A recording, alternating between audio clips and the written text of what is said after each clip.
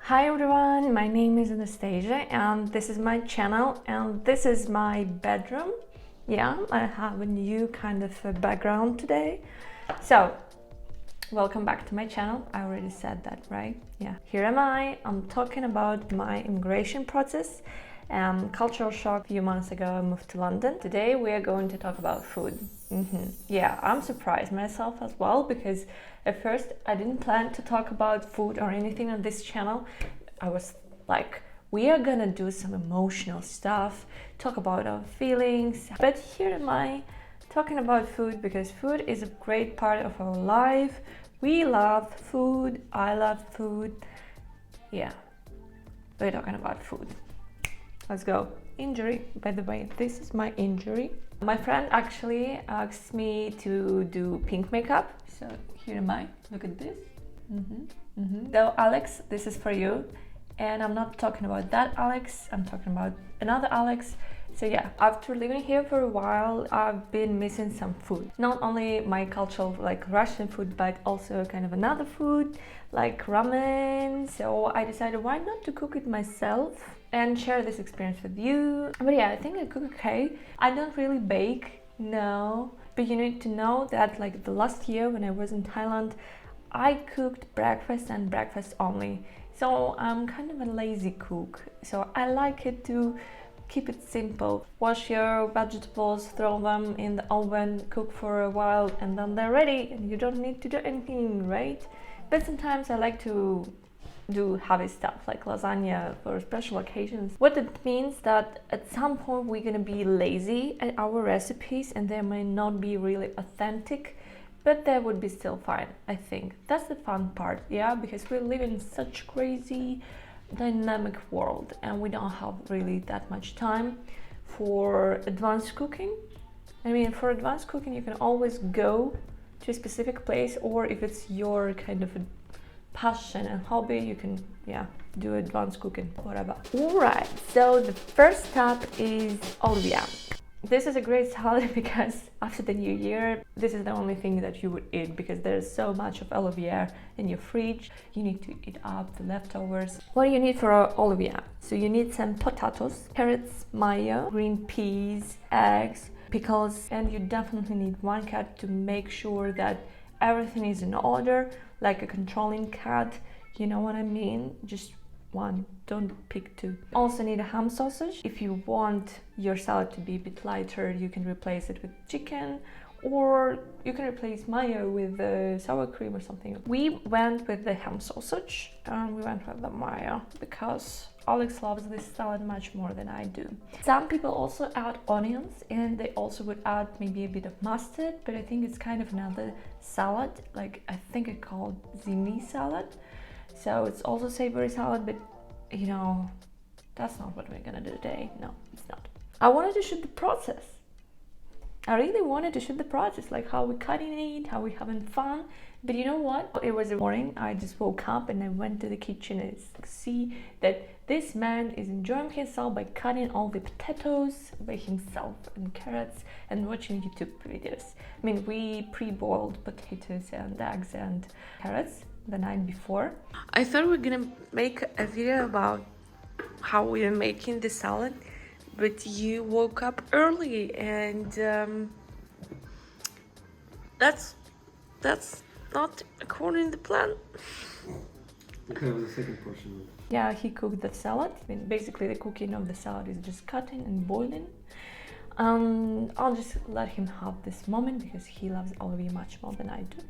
By the way, when I said you need a controlling cat on every stage of your manufacturing, I wasn't kidding. It went as expected. When we had this salad, we basically ate it for a few more days because you don't need anything else to cook because you have this salad. Why you would waste your time on something else when you can just eat that salad? So, but it's not that good for your stomach and nutrition, so I wouldn't recommend it. The total cost of olivia, 14 pounds.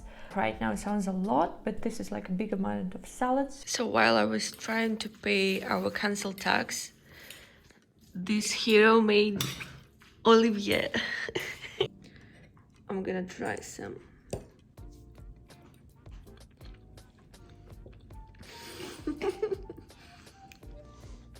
So it tastes like kind of tender, you know? Okay. I'm trying to understand what's the difference. Between. Well, it's not like Olivier back in Russia. It is. Is it? Yes. In Phuket it was a bit different. They usually don't have normal mayo. The meat, it is really expensive there, so they use chicken or something. So the salad overall was okay. I think I expected it to be kind of a little different, but I haven't eaten it in a while. I think that the last time we actually made it in Thailand, the last New Year's, and yeah, I think it was a success back then, but I haven't eaten it for a while, so.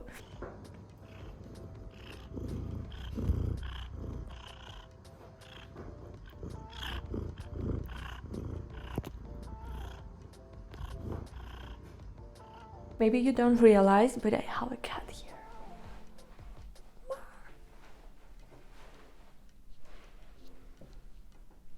He does that. The next stop is Navy style macaroni, which is also called, like in Russian, it would be macaroni po-flotsky. I'm surprised I even thought about it, like honestly, but at one point I was a little bit nostalgic about my mom food, and it's like comfort food for your soul when you eat something that your mama used to cook for you. So I decided, why not? It's pretty simple and I would definitely cope with it. I will nail it. I don't know really where the naming comes from. I made a little research and there were lots of versions of what really happened.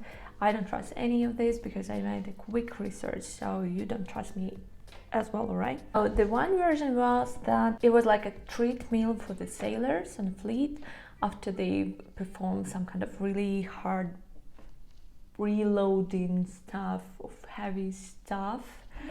Yeah, I know. It was like a treat for them after this kind of work because, you know, it was an exhausting work and macaroni po-flotsky is like carbs, fat, protein, so maybe it like made sense.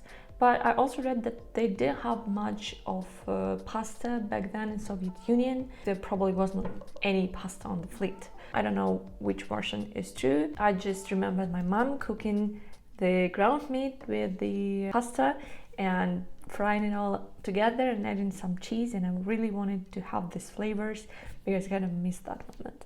Let me tell you about my mom's method. There could be other recipes, but this is like specific method that my mom used to make, at least as I remember. You would need macaroni, which is kind of a small type of pasta, which is kind of a baby pasta. I don't know why you need those type of macaroni, but I just remember that my mom used kind of small macaronis. Ground beef, and you would also need salt, pepper and garlic. I also wanted to add some cheese because I love cheese in my pasta. Actually, I bought macaroni, like baby type of macaroni, especially for this occasion, and you know what? I finally had the mood to cook macaroni po-flotsky. I opened the storage and they were gone because Alex ate them.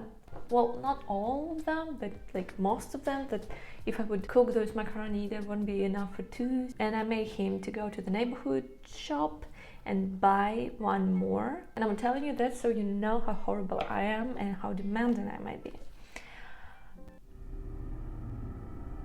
The method of cooking macaroni po-flotsky is pretty simple. You would need to cook ground meat, then put some salt and pepper out there. I would also like to add some pressed garlic in there, but I would do it a bit later because garlic tends to burn fast and I don't want this bitterness in my macaroni po-flotsky, in my meat, so I would add it just like last minute. In the meantime, while I'm preparing my beef, I'm also cooking some macaronis. I usually cheat and pre-boil water in my kettle and then I pour it into a pot, and that's it. That's how I cheat. Do you cheat the same way I do? Tell me in the comments.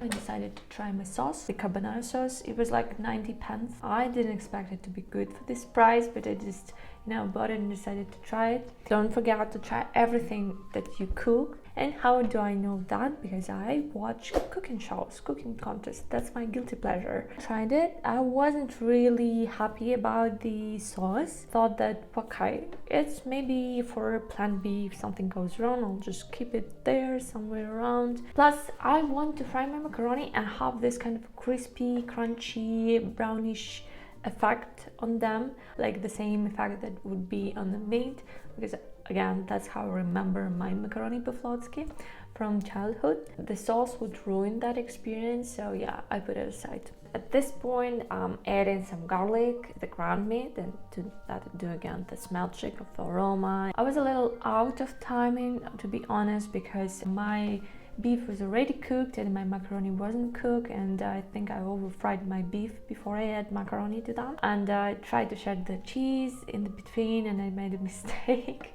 because I actually cut the cheese and then tried to use it in my grater. It just constantly broke, and I didn't know what to do with that because it was really hard to, grate this cheese. Pasta was finally cooked and it was time to mix it together with the ground beef. I think I just a bit overcooked my ground beef and the pasta was very watery. It refused to fry properly the way I wanted it. I didn't want it as well to be dry because I knew it could happen. I finally decided that I would add this sauce just to make a little creamy situation, so it definitely wouldn't be dry. I added this carbonara sauce. Maybe it saved my pasta and saved my day in the end of the day. Here we are serving my macaronis. After you put some on your plate, you would definitely need to add some cheese on top and mix it really fast because you need your cheese to melt down ASAP. And I'm doing it because my mom also taught me that. Привет, мам, если ты смотришь сейчас это, я делаю все не так. Я извиняюсь очень сильно, очень люблю тебя. Overall, it was great. Like, this dish was pretty simple. I mean, it was macaroni and meat and some sauce and cheese. Like, it's simple, but it's really good. I covered my nostalgia, what I wanted to achieve. I did achieve that. It was just, fun and really nice to cook something from your childhood. So maybe I should do it again sometimes. You had in your childhood macaroni po-flotsky? Of course. Yeah, does it look like the ones you had? No. Why? I usually had some carrot inside. Carrots? Carrots there? Yeah. So carrots in a pasta. That's wrong. It's No. like ketchup and pasta. No way you can put carrot to macaroni. Of course we can. No, you cannot. Apparently I forgot to take a photo of the receipt, so I cannot tell you how much this cost me. Probably no more than 5-6 pounds or something, given that you don't have much ingredients here. Homesick doesn't mean that you can get homesick only for your national cuisine. I miss good ramen. In Moscow there wasn't a problem to find a really good ramen. I was quite surprised that in Phuket ramen is not that popular, but we managed to find a place that had good ramen. The situation is totally different with Bangkok. When you fly there are lots of Japanese restaurants and lots of Korean restaurants, and they're really good. Like, my favorite ramen was that ramen. This restaurant itself was a Michelin guide. Whenever I was in Bangkok, we would always go to this place. The best ramen. I realized that I've never been in Japan, so I didn't try the authentic ramen, but I did try some good ramen, and I do know that I won't be able to repeat anything like that at home. Because I'm lazy. I don't want to spend that much of time and ingredients to try and cook my broth. And if you haven't noticed, I have very limited kitchenware right now. There is a reason for that. I thought that I would buy the broth for my ramen and try to cook everything else. So I bought chicken broth and pork broth. I wanted also to have the same pork belly experience. I couldn't find like a fast replacement for that, and I realized I would need to cook that. I bought the pork belly and was terrified if I can pull this off or not.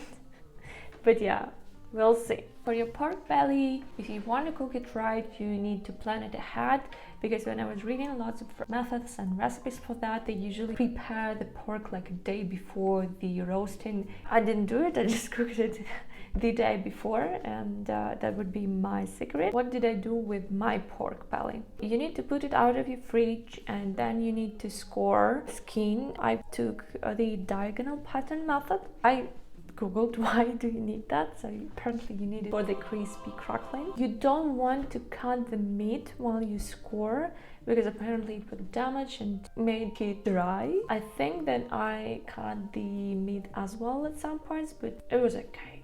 Nothing really happened. I read that it would really help the crackling if I pour some hot boiling water on top, and I did that, but then I realized that you needed to do that before you score your skin.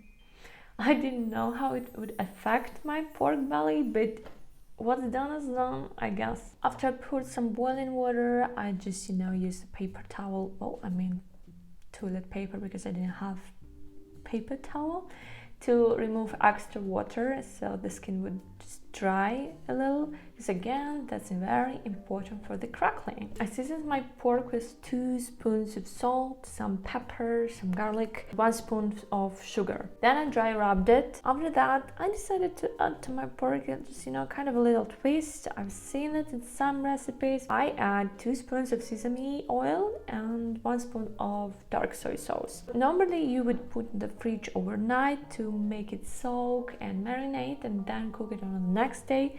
But again, who does that? Put it just in my oven after an hour, because I was tired of waiting. The crackling really was amazing. For better crispy effect, you can also fry it like on the skin, but when I tried it, it was heaven. It was salty, had this hint of sweetness and a little acid, umami flavor from the soy sauce. I think it was really great. Tender, rich in flavor, very fat. I really wanted to eat some rice immediately. I could imagine that it would be even better if I would let it soak for a night, but who knows now, right? The next day I was actually making the ramen. I was making some eggs. I prepared some garlic and ginger for the sauce. For my broth, apparently there could be a sauce for a broth that would add to the rich flavored broth acidness and the saltiness and sourness. I cut some spring onions and opened the udon. I was surprised by the size of them. I thought there would never be enough for 2, but it turned out that it's like too much. Yeah, well, Alex helped me out. I washed pak choi. Pak choi is just a typical Chinese cabbage. I was going to boil it. For my sauce, I use soy sauce, Japanese rice vinegar, garlic, and ginger. I was supposed to use mirin, but I didn't find any, and I read that you can replace mirin with rice vinegar. I tried the sauce again, try everything, and I thought it's like too sour, so I decided to add some sugar into my sauce, just a little bit, so it won't be that much sour.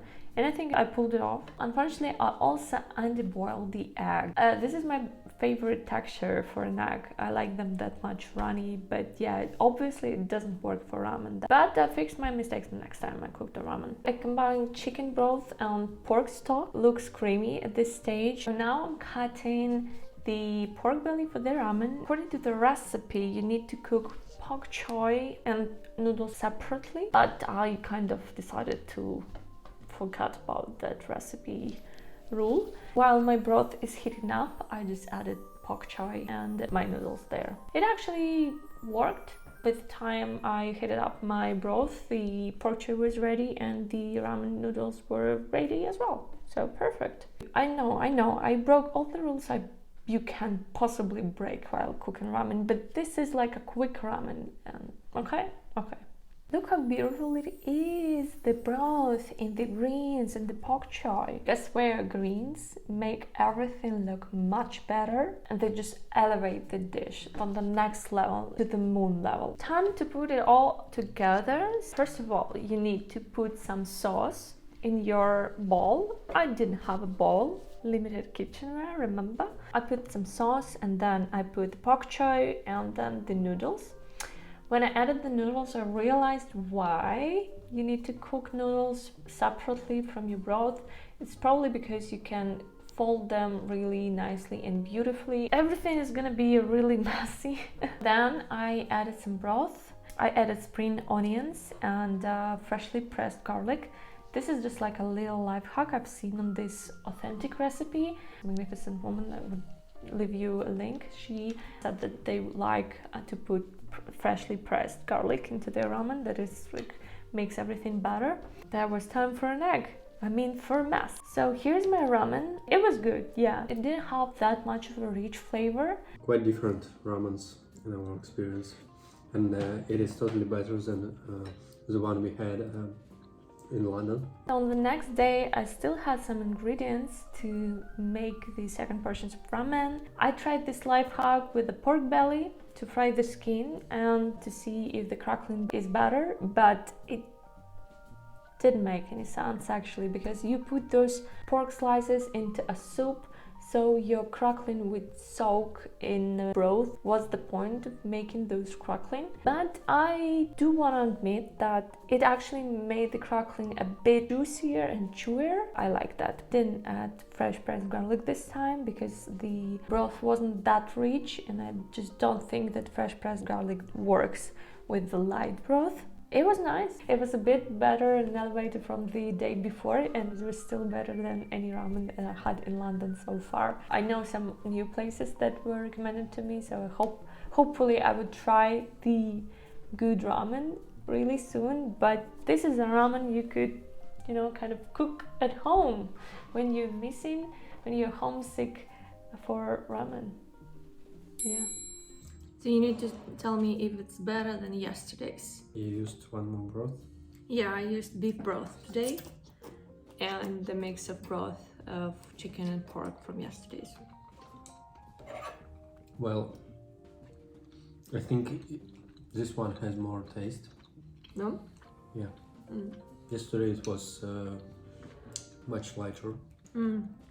Which is surprising because pork broth, I thought it would be much heavier. Pretty good for the first try. Oh. Basically, we paid £20 for 4 ramens, and normally when I go to these other places where I tried the ramen, I spend there like £13 per ramen or £11. You would never guess what's next. I mean, I didn't have an idea that I would make that until I was making it.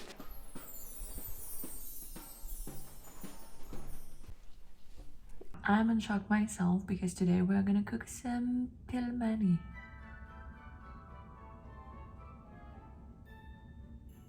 Alex said, let's cook some pelmeni. And I was like, no way, we're not cooking pelmeni. But then it hit me that, oh my god, we are. I immediately called my mom to ask the recipe because I didn't want to cook any kind of pelmeni. Of course, I wanted the hint of the childhood again. If you're wondering what's wrong with my face, it's okay, everything is okay. I was experimenting with some freckles and didn't work that great for me, but I do have some kind of freckles at this point, so just be with it, alright? So my mom told me what ingredients I need for my dough. You just need milk, you need flour and an egg, a spoon of salt. I know I'm mixing everything in a wok because I don't have a big bowl where I can mix everything. Anyways, the wok is basically useless because we have an induction hob and it just doesn't work really good with an induction hob because it doesn't have the heat on the side. So, bummer. My mom didn't specify if you need to put these ingredients in any specific order. I just decided, pour everything together and mix it and figure out on the way. It worked. I kept adding some flour until the dough was elastic enough and I liked the texture. At some point, the whisk wasn't working anymore, so I used my hands. Look at my baby. Yeah, it's elastic, it's nice.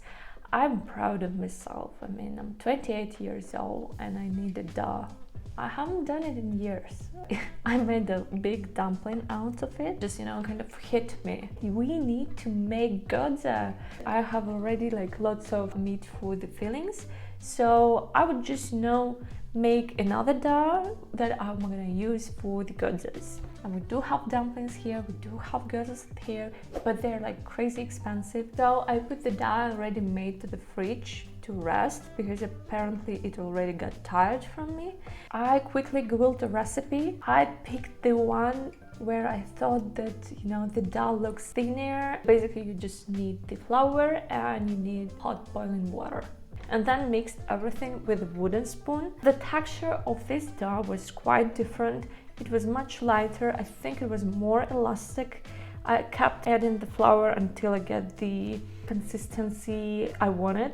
I knead the dough for a while, and I also put a little fellow to the fridge because I think it also was tired from me, because the first dough was tired from me, it needed to rest. This one probably like the same. For my pelmeni fillings, I used ground beef, onions, salt, pepper and garlic. My mom told me that she usually shreds onions, and I just realized that I have full makeup and I need to grate the onion.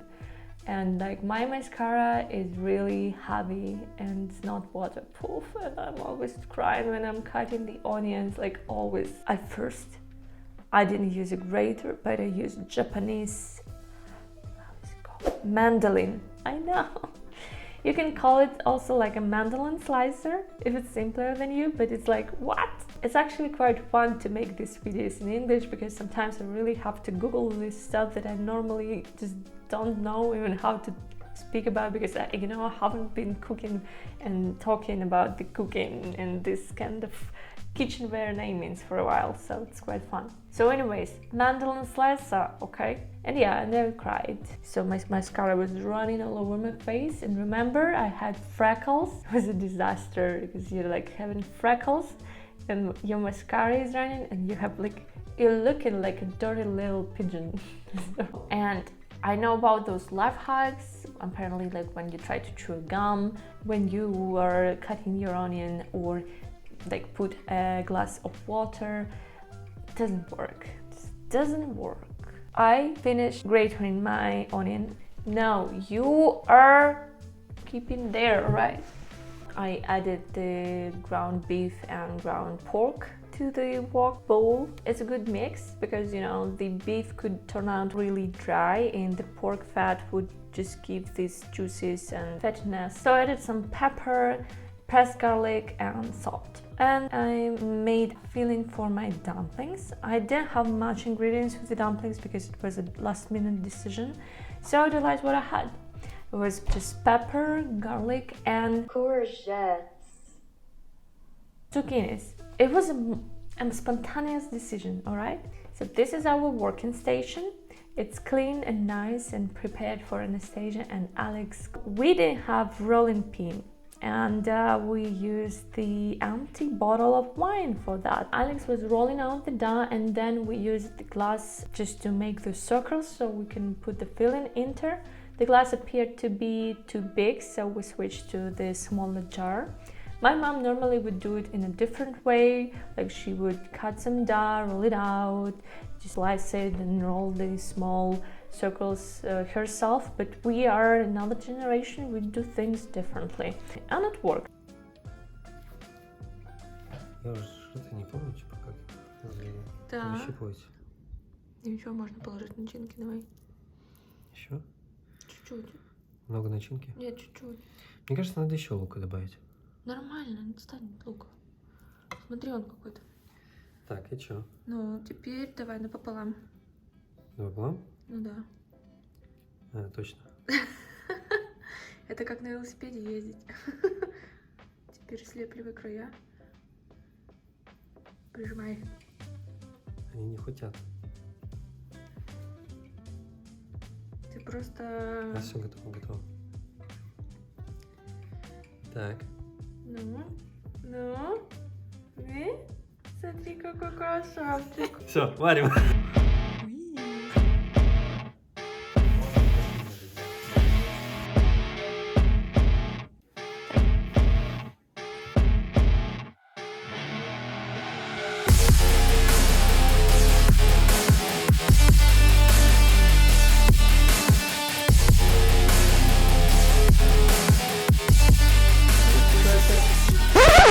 наши родители в 28 лет. И мы первый раз лепим пельмени. Making dumplings was quite similar. You just, fold it in the half and then fold the edges really tiny bitty bit. On halfway, we made a break. We needed more dough for our meat that we had. While I was making the dough, Alex was cooking some pelmeni because we want to try it. You know what to do. It is good. Mm-hmm. Is it worth it? Worth the time? Yeah, why not? I mean, not for just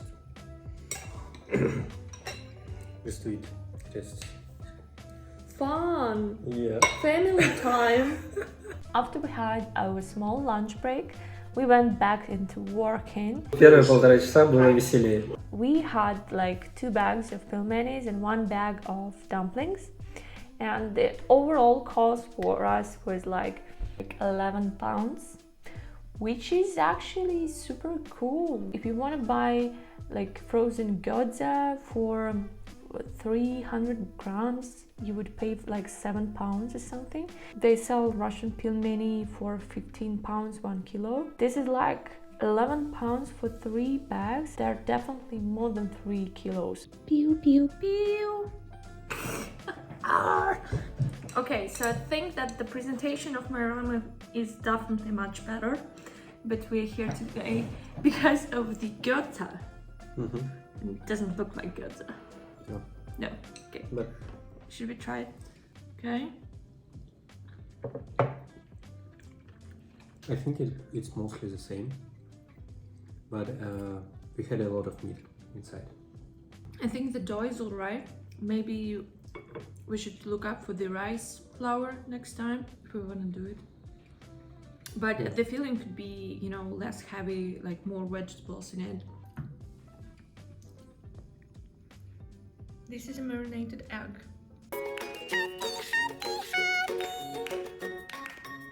Anyways, that's it for today. Thank you for being here with me. Thank you for being here with me. Oh, we have another one. I'm like a cat mommy. Please subscribe, like and share and tell me what you think. And did you like this kind of format? Did you like the videos that I made about food? Maybe I should make something. You can suggest it below in the comments. You have a really great holidays. Yeah, you. And I would see you in my next video. Bye.